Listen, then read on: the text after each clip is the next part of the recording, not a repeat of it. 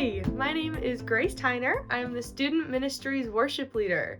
And while I lead musical worship, it is so important for me to distinguish that singing, music, and songs are not the only way to worship God. So to get us started, I want to take a look at Hebrews 13:15. It says, "Through Jesus, therefore, let us continually offer to God a sacrifice of praise, the fruit of lips that openly profess his name." So that passage struck me as a little odd when I read it the other day. A continual sacrifice of praise. It's such an interesting way to phrase that thought. So let's start simple with unpacking it. What is praise? Psalm 54:6 says that praise is a gift to God. Praising God is honoring and magnifying the goodness and accomplishments of God, recognizing and admiring God for what he has done and who he is. This praise is continual, not circumstantial.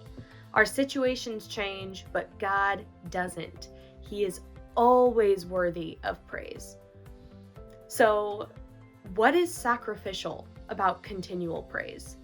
The ultimate sacrifice for sin was already paid by Jesus on the cross. So praise is our chance to give back to God something of great value, our applause, love, and admiration by our own choice. And sometimes this can feel hard and definitely sacrificial when things aren't going our way or when bad things happen.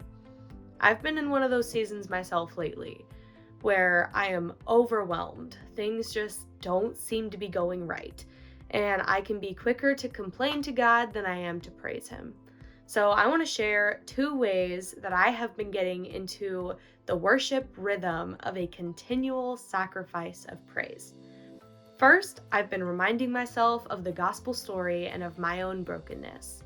Being reminded of the ways that I have fallen short and have still been forgiven is so humbling, and it helps put God's grace and mercy back into perspective, which always leads me to praise and worshiping him.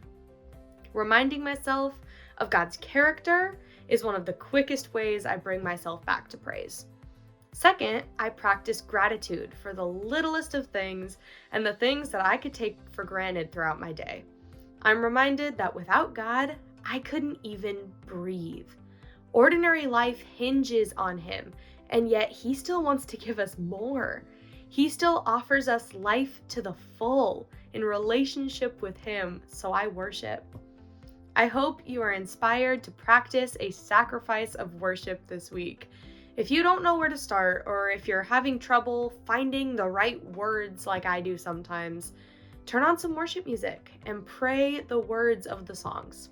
Have a great week, and I look forward to worshiping with you again soon. Bye.